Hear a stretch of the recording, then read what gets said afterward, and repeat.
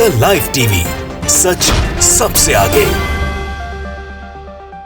दोस्तों, मैं बाज हफीज हूं। भारतीय जनता पार्टी को लेकर गुजरात के बारे में ये कहा जा रहा था कि गुजरात चुनाव में भाजपा की हालत बहुत ही खराब है, कि बीजेपी चुनाव जीत जाए ये बहुत मुश्किल काम होगा। लेकिन अब बातें प्रमाणित हो रही हैं। क्या प्रमाणित हो रहा है कि आम आदमी पार्टी तो पहले से ही आरोप के घेरे में थे कि बीजेपी की सहायता कर रहे हैं वहां पर वोट काट के, लेकिन अब AIMIM असदुद्दीन ओवैसी साहब की पार्टी के दफ्तर में बीजेपी के बड़े दिग्गज नेता की जो बातचीत है, गुप्त मीटिंग है, वो लीक हो गई है और उसको लेकर ट्विटर पे, सोशल मीडिया पर हंगामा खड़ा हो गया है और उस हंगामे का कोई जवाब शायद ही किसी के पास होगा। मैं आपको दिखाता हूं, सचिन RS गुर्जर है जिन्होंने लिखा है, एक अखबारी कटिंग डाली है, गुजराती अखबार है, जिसकी हेडलाइन का उन्होंने लिखा है कि आप नेताओं के साथ भाजपा ने लगता है समझौता तोड़, अब AIMIM से गुजरात में नाता जोड़ा है। बेचारों, मतलब बेचारे कौन? आम आदमी पार्टी। बेचारों से जय श्री राम के नारे लगवाए, बिल्किस बानो केस में मुंह नहीं खुलने दिया, केजरीवाल को लात मार, ओवैसी को गले लगा रहे हैं। गुजरात की जनता ये सब खेल समझ रही है, सब मिले हुए हैं जी। असल में एक अखबारी कटिंग है और अखबार गुजराती का है, जिसकी हेडलाइन के बारे में ये बताया है हिंदी अनुवाद के साथ। कल अहमदाबाद में महानगर पालिका के भाजपा मेयर किरीट परमार भाजपा नेता धर्मेंद्र शाह सामने चलकर AIMIM प्रदेश दफ्तर गए। वहां पर भाजपा मेयर और AIMIM अध्यक्ष साबिर काबलीवाला के बीच गुप्त मीटिंग हुई और इस मीटिंग के बारे में इस अखबार ने छापा है। अखबार की जिम्मेदारी है जिसको मैं आप तक पहुंचा रहा हूं और उसके बाद से पूरे देश की राजनीति के अंदर एक तरह से चर्चा का विषय बन गया है कि क्या आखिर ऐसी सेटिंग है MIM और बीजेपी की, क्या ऐसी सेटिंग है आम आदमी पार्टी और बीजेपी की। सवाल उठ रहे हैं। सवाल इसलिए उठ रहे हैं क्योंकि पिछला चुनाव भी बीजेपी लगभग हार गई थी गुजरात का, लेकिन कुछ वोट कटुआ राजनीतिक दलों की वजह से बीजेपी ने 100 का आंकड़ा तो नहीं छुआ, लेकिन सरकार बनाने के लिए सबसे बड़ा बहुमत लेकर वहां पर आ गए और उनकी सरकार बच गई। लेकिन अब जब 3 मुख्यमंत्री बदल चुके हैं, अब हालत और परेशानी वाली हो चुकी है बीजेपी के लिए। तो अब ये आप कपूर हैं जो लिख रहे हैं कि भाजपा ओवैसी अब खुल के साथ आ रहे हैं, वो भी गुजरात के अंदर। लेकिन इसमें सबसे ज्यादा तकलीफ किसको हुई है वो मैं आपको दिखाऊंगा, तो आपको खुद हैरानी होगी। आम आदमी पार्टी के दिग्गज चेहरे जो हैं, वो दिग्गज चेहरे जिनका नाम मनीष सिसोदिया है। मनीष सिसोदिया ने लिखा, लेकिन अलका लांबा ने उनकी वहां क्लास लगा दी। कैसे लगा दी क्लास? कि जब यहां पर MIM और बीजेपी के बीच गुप्त मीटिंग के चर्चे हो रहे हैं जिसके ऊपर कोई जवाब नहीं दे पा रहा है, तो कैसे मनीष सिसोदिया कूदे, जिन मनीष सिसोदिया की पार्टी पहले से ही आरोपों के घेरे में। असल में गोपाल इटालिया ने लिख दिया, कल अहमदाबाद में भाजपा मेयर की और बीजेपी के दूसरे दिग्गज नेता की MIM दफ्तर के अंदर गुपचुप मीटिंग हुई। अब वहीं पर मनीष सिसोदिया लिखते हैं, उसी को कोट करके, ये क्या हो रहा है? बीजेपी और AIMIM में सीक्रेट मीटिंग। बीजेपी देश को बताए कि दोनों में क्या डील हुई है। अब यहाँ इसको अरविंद केजरीवाल ने रिट्वीट कर दिया। तो अलका लांबा कहाँ पीछे रहने वाली थी? अलका लांबा ने अच्छे से क्लास लगा दी किसकी? आम आदमी पार्टी के नेताओं की। अलका लांबा ने लिखा मनीष सिसोदिया के स्क्रीनशॉट को, अरविंद केजरीवाल के रिट्वीट वाला जिसमें स्क्रीनशॉट है, आप नेताओं, आम आदमी पार्टी नेताओं के साथ भाजपा ने लगता है समझौता तोड़, अब AIMIM से गुजरात में नाता जोड़ा है। वही बात कि बेचारों से जय श्री राम के नारे लगवाए, बिल्किस बानो केस में मुंह नहीं खुलने दिया, केजरीवाल को लात मार, ओवैसी को गले लगा रहे हैं। गुजरात की जनता ये सब खेल समझ रही है, सब मिले हुए हैं जी।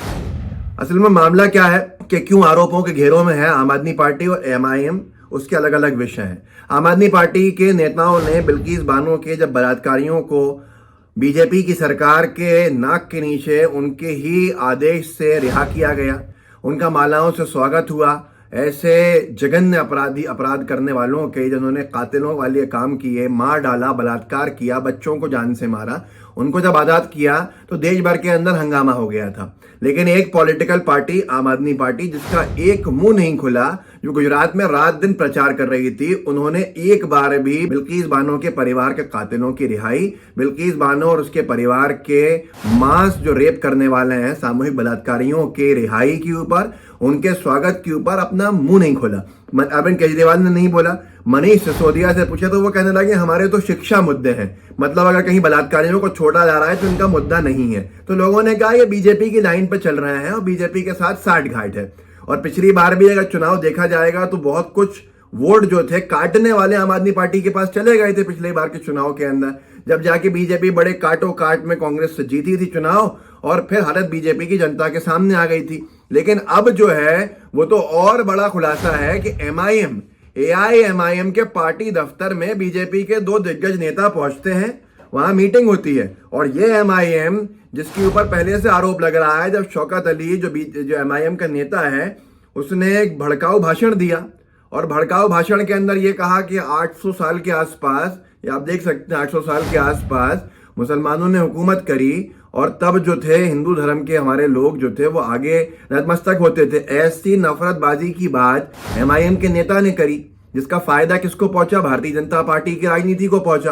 तो MIM क्या चाह रही है ये बड़ा विषय है। MIM क्या करने वाली है ये भी एक विषय है। आम आदमी पार्टी को बड़ी तकलीफ हो रही है MIM की नजदीकी से भाजपा से, ये भी एक बड़ा विषय है। कितनी इनसिक्योरिटी है, लेकिन ले देकर सबका मकसद जो है वो एक ही समझ में आता है कि कैसे भारतीय जनता पार्टी सत्ता के अंदर बने रहने में सफल हो जाए।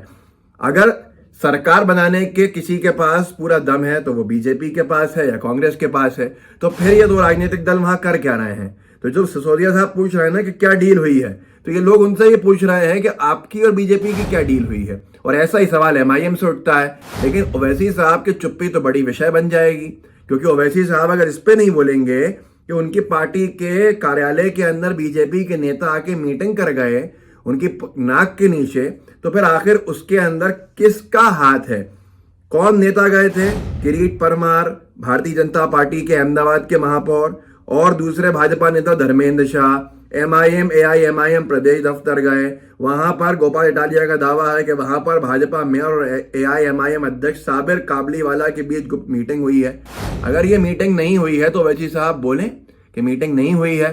तो आज की तारीख के अंदर दो चीजें समझ में आती हैं कि एक तो बीजेपी इतनी बौखला गई है, इतनी घबरा गई है, चुनाव जो गुजरात के झेलने पड़ रहे हैं कि उनको दूसरे राजनीतिक दलों को लाना पड़ रहा है वोट कटवाने के लिए। और पहली बात ये प्रमाणित हो गया है कि भारतीय जनता पार्टी अपनी हार को अपने सामने देख रही है। बड़ा दिलचस्प मुकाबला होने वाला है गुजरात के चुनाव का।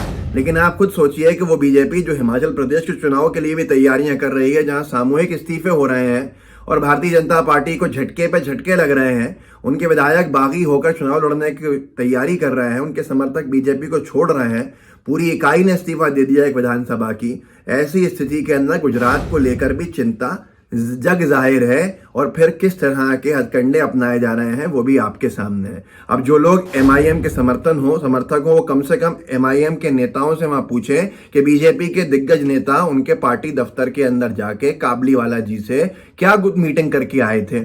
और आम आदमी पार्टी के जो समर्थक हो उनसे पूछें कि आम आदमी पार्टी बिल्किस बानो के अपराधियों की रिहाई के ऊपर क्यों खामोश है, एक लफ्ज क्यों नहीं बोलती है, क्या विचारधारा है, आखिर क्या चाहते हैं और क्या कर रहे हैं। इस वीडियो को आगे बढ़ाइएगा, लोगों को बताइएगा, जागरूक कीजिएगा, व्हाट्सएप ग्रुप्स होंगे उनमें शेयर कीजिएगा, साथ में लाइव टीवी को सब्सक्राइब भी कीजिए और बेल आइकन भी दबाइए। जय हिंद, जय भारत। द लाइव टीवी, सच सबसे आगे।